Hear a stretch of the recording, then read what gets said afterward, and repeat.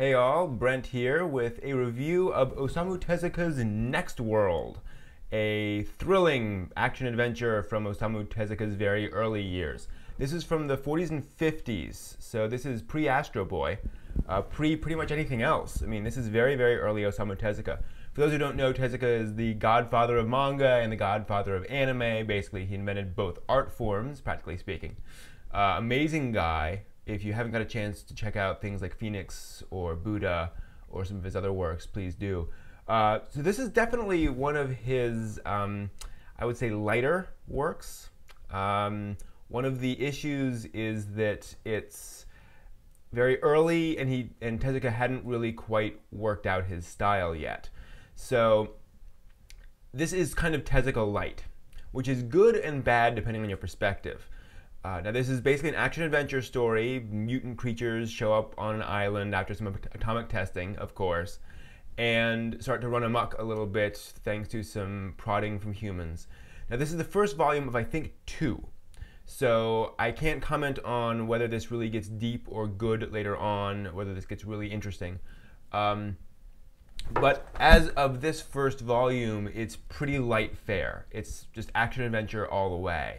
Again, not necessarily a bad thing, but Tezuka's known for, and one of the things I like about him, is that he tends to do deeper works. He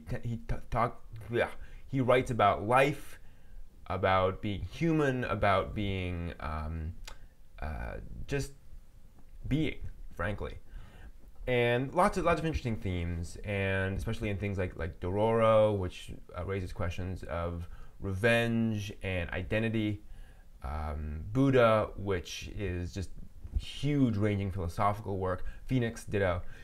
So I apologize, I'm kind of getting off topic there, because this is really about Nextworld. Nextworld's about none of that. It is about jungle adventures and running around and lasers and such. Set in the near future, again with atomics and such.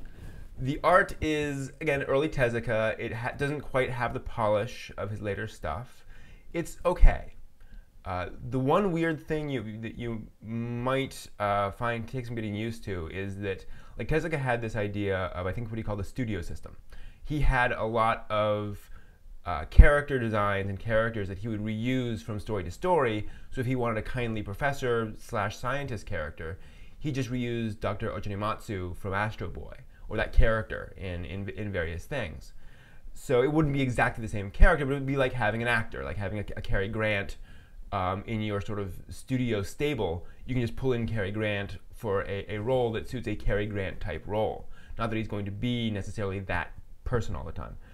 A lot of those standard Tezuka characters are in here. It's mostly those characters. So it's a little odd seeing this sort of pastiche of a bunch of different characters in there.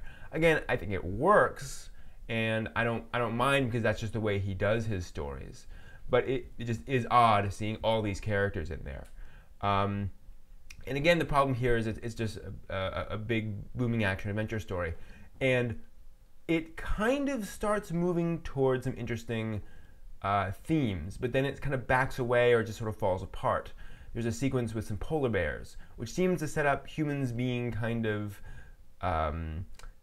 fickle and being sort of quasi-evil in the sense of just, oh, we're going to take care of all these polar bears. Then we switch over to the polar bears' perspective, and they get a chance to kind of get some revenge, and it just kind of falls apart. You know, it turns comedic all of a sudden. And for someone who was so good at taking advantage of those moments, odd seeing it not taken advantage of here, especially when you have something which has that potential in it. And you know, Tezuka could take advantage of pretty much anything, and it certainly has those options, but it just isn't taken, which is a shame. So overall, I enjoyed it. It's a fun action-adventure story.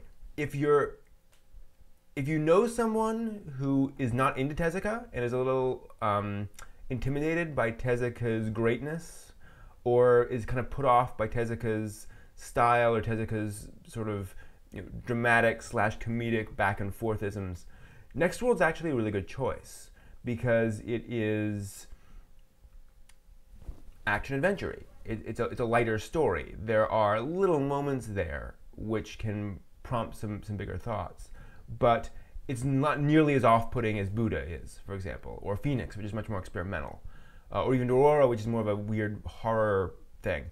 Nextworld just works as a fun action-adventure story. So if you want to pick it up for that, and if you're into Tezuka, obviously this is a good insight into the master's earlier times. And it's nice to see a great master of the form young and not quite getting a grasp on his form.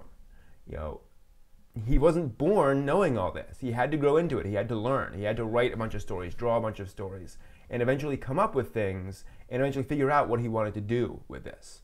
So that's really lifts my depression, at times, where we're like, oh my gosh, look at all he did. Well, he started somewhere too. And he had to figure it out. And so do we, and so did he. And if he could go that far, then why can't we shoot a little bit higher? So that's my view of Nextworld Volume 1. If I get a chance to check out Volume 2, I'll certainly review it here. Let me know what you think. If you've read any Tezuka or haven't, for some reason the anime manga community isn't that big into Tezuka.